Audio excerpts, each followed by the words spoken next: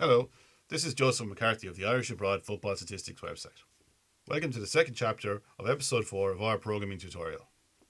In this chapter, I'm going to prove the same statistic as in the first chapter, that Evan Ferguson is the third youngest player to start a competitive international for the Republic of Ireland men's team, this time using MongoDB instead of Node.js.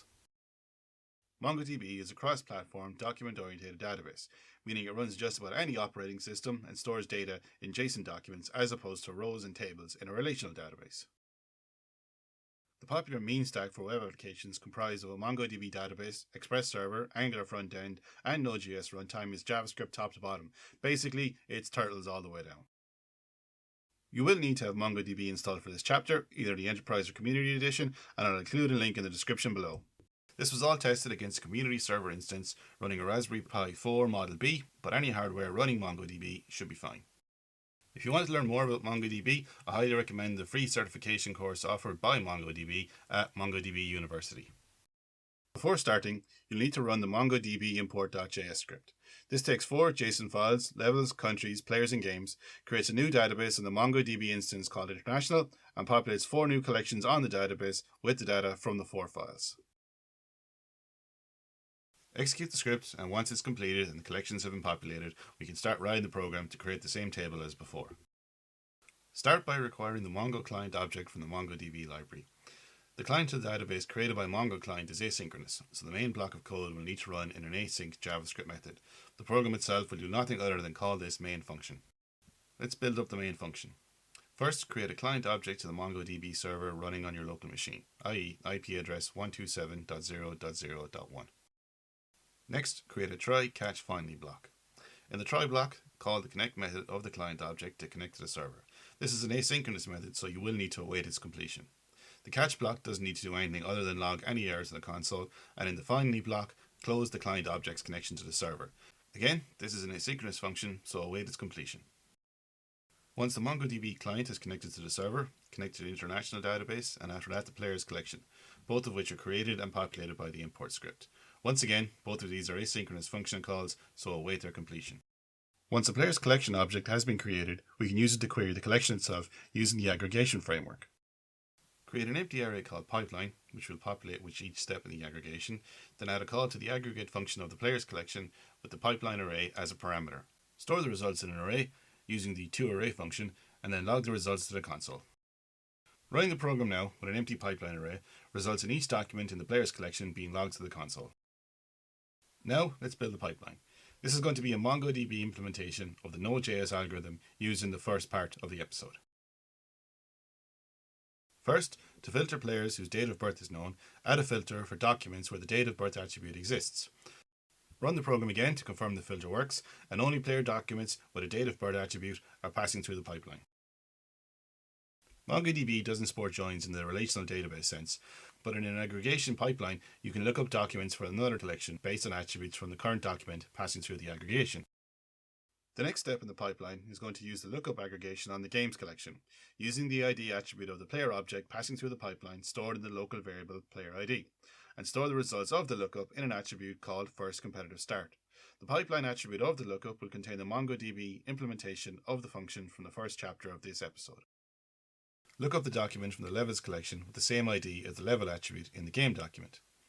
The lookup aggregation returns an array of documents from the target collection, which is deconstructed using the unwind aggregation.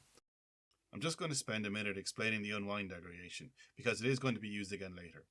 If you have a document containing an array, unwinding it will create a series of new documents, each containing the same attributes as the original, but with each of the array items included as an attribute. You can see here that the keys array has been unwound, creating 2 new documents, containing the 2 items from the keys array, value 1 and value 2, in the keys attribute.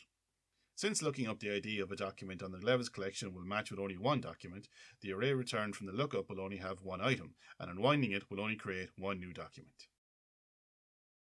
Similarly, we can look up the documents for the home and away teams in the game from the countries collection using the team ref attribute in the home team and away team objects, and unwind them to get the relevant country objects. At this stage, the pipeline is producing an array comprised of every document from the games collection, where each document has been extended to include the relevant documents from the levels and countries collections. So we need to filter competitive games with the player named in the starting 11. Let's build the next aggregation step slowly. Add a match aggregation to filter documents. Since there are two conditions for the filter, A, that the game is competitive, and B, that the player is named in the starting 11, add an AND condition. Let's create the condition for the starting 11 first. Add an expression aggregation and use it to check that the player ID variable defined earlier is in the list of player ref attributes of the documents in the starting 11 array. The double dollar notation used here indicates that the player ID variable from the first pipeline is being used. This will filter games where the player in question is named in the starting 11. So, add the second condition to filter documents where the isCompetitive attribute of the level object is set to true to filter competitive games. This pipeline is now producing an array of documents with each competitive game for every player in the player's collection, where that player was named in the starting 11. To get that player's first competitive start, sort the documents by their date field in ascending order, then limit the results to the first item in the array, which will be the player's first competitive start. If you run the program now, the results contain the values from each player's entry on the player's collection and an array containing a single item, their first competitive start.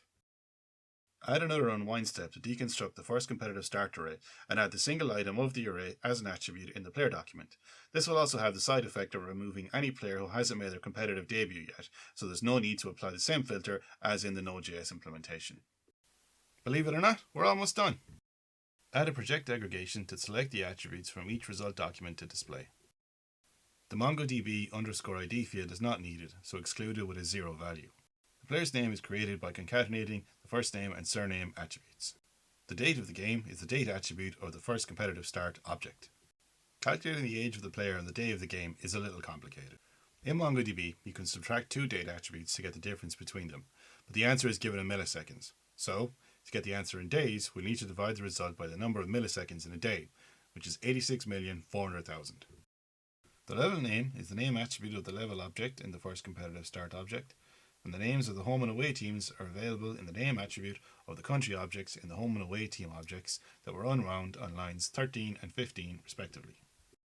Finally, create the scoreline by concatenating the scored attribute of the home team and away team objects of the first competitive start object. These values are stored as integers, so need to be converted to strings for the concat aggregation. Running the program now shows the first competitive start for all players. So sort the results by the age attribute in ascending order and limit it to the top 20, as in the Node.js solution. Run the MongoDB program one last time gives the same results as in the Node.js version.